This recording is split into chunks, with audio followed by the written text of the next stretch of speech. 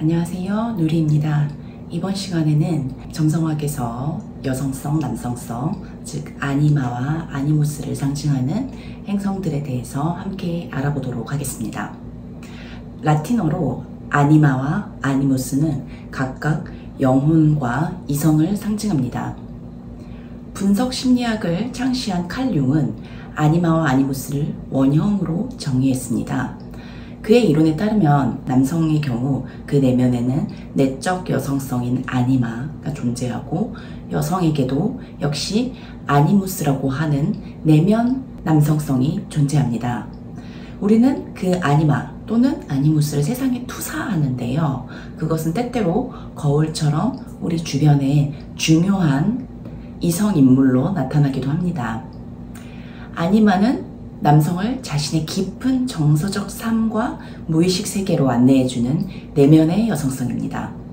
남성의 아니마는 주로 인생 초기에 어머니를 통해서 형성되고요. 점차 누이나 어린 시절 또래 여성들의 영향을 받게 됩니다.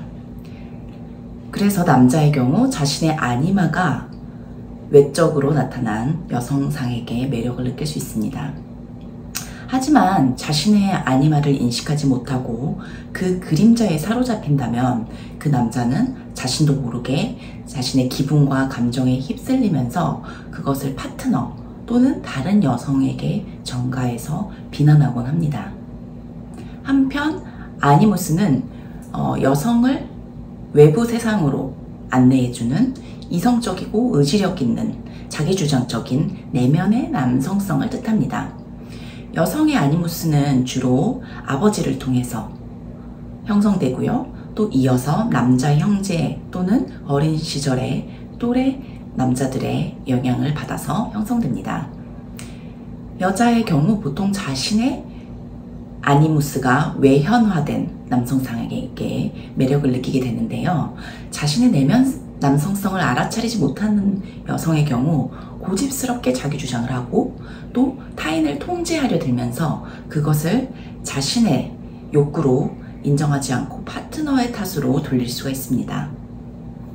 점성학적으로 아니마는 내행성 중에 달과 금성으로 표현될 수 있고요. 또 아니무스 행성은 태양과 화성으로 나타날 수 있습니다. 그런데 여기서 말하는 여성성, 남성성 등의 단어는 성별 구분이나 성적 취향이랑은 전혀 관련이 없습니다. 남자, 여자 또는 제3의 성 구분 없이 우리 모두의 내면에는 아니무스와 아니마가 모두 공존합니다. 남성성 원형인 태양과 화성은 외향적인 에너지인데요. 상징적으로 정신, 추동, 자기 또는 개인성이 될 수 있습니다. 이 원형은 담기고 수용됨으로써 보완됩니다. 한편 여성성의 원형인 달과 금성은 내향 에너지인데요. 그것은 보통 혼, 소울과 사랑, 보살핌, 관능 등등을 상징합니다. 따라서 이 원형은 관계를 맺고 충족됨으로써 보완됩니다. 아니마, 아니무스 행성의 별자리와 어스펙트는 우리가 매력을 느끼는 이성 파트너의 특징을 묘사해 줍니다.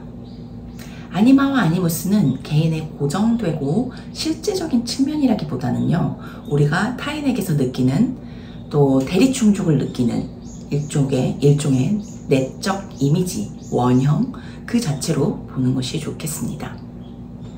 점성학에서는 주로 태양과 달 또는 화성과 금성이 서로 짝을 이룹니다. 그래서 이번 영상에서는 루미너리 행성인 태양과 달에 대해서 아니무스, 아니마 차원에서 다뤄보도록 하겠습니다. 태양, 연금술사들은요, 이 태양을 영어로 spirit의 원형으로 봤고요. 또 달을 혼, soul의 원형으로 보았습니다. 둘은 한글로 표현하자면 굉장히 비슷하게 들리죠. 왜냐하면 합쳤을 때 영혼이 되잖아요. 하지만 이 스피릿과 소울은 굉장히 다릅니다. 먼저 태양이 상징하는 스피릿은 완벽을 위해 노력합니다. 이 스피릿은 저 높은 깨달음의 정상에 도달하고자 하고 또 숭고하고 순수한 것을 열망합니다.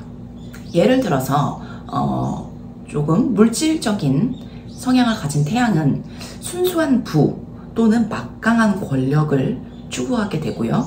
또 정신적인 태양은 저 눈이 덮인 고요한 히말라야 산에서 아무도 없는 곳에서 명상하듯이 세상과 분리된 순수한 정신을 추구하게 됩니다. 최악의 경우에 이 스피릿은 우리를 고립시키고 현실 세계에서 또 우리의 삶에서 분리시킬 수가 있습니다. 그러면 우리는 오로지 어떤 숭고한 목표, 저 높은 곳의 이상, 지성, 힘 또는 통제에 모든 에너지를 쏟으면서 다른 사람들의 감정과 고통에 무감각해질 수 있습니다. 그리고 달이 상징하는 혼, 소울은 대상과 연결되고 공감하고 애착, 유대감을 맺으려고 합니다. 스피릿이 세상을 거부하고 저 높은 곳을, 이상을 갈망한다면 혼은 세상을 따뜻하게 포용하고 촉촉하게 적시고 비옥하게 기르고자 하는 에너지입니다. 어머니처럼 대상을 보살피고 양육하고자 하는 욕구뿐만이 아니라 반대로 아늑한 어머니의 품에서 위로받고자 하는 내면 아이의 욕구, 이 모두 우리의 달 원형과 관련이 있습니다. 그래서 혼은 정서적인 안정감과 연결감을 주는 어떤 음식이나 사람들, 장소, 과거의 기억과 경험에 관심이 많습니다. 어쩌면 영은 이러한 혼의 성향을 그저 집착이라고 무시할 수도 있겠죠. 물론 혼에도 단점은 있습니다. 의존적이고 감정에 쉽게 압도되는 속성, 이 바로 혼의 그림자라고 할 수 있습니다. 전통 점성학에서는 흔히 결혼 파트너의 지표로 남성의 달 그리고 여성의 태양을 보면서 비교를 했는데요. 그 둘의 어스펙트가 좋을 때 원만한 커플이 될 수 있다고 보았습니다. 태양과 달이 의인화되면은 각각 실제하는 아버지, 어머니 또는 우리 내면의 아버지상과 어머니상으로 상징될 수 있습니다. 네이탈 차트에서 태양과 달의 하우스 위치, 사인, 그리고 어스펙트는 부모님과 우리의 초기의 양육 환경은 물론 개인의 자아인식에 대해서도 중요한 정보를 알려줍니다. 태양은 자아 정체성, 생명력과 활력, 또 자기 표현, 창의성을 상징하는데요. 가족 관계와 초기 관계에서 우리가 충분히 사랑을 받고 존중받고 대우받는 느낌을 받았다면은 건강하게 잘 발전해서 우리에게 건강한 자기 존중감을 심어줍니다. 여성의 경우 자기 차트에 태양 원형을 잘 개발하지 못하면 그것을 대신해서 빛나는 아우라를 가진 남성 파트너를 통해서 자신의 태양 욕구를 대리 충족하려는 경향이 생깁니다.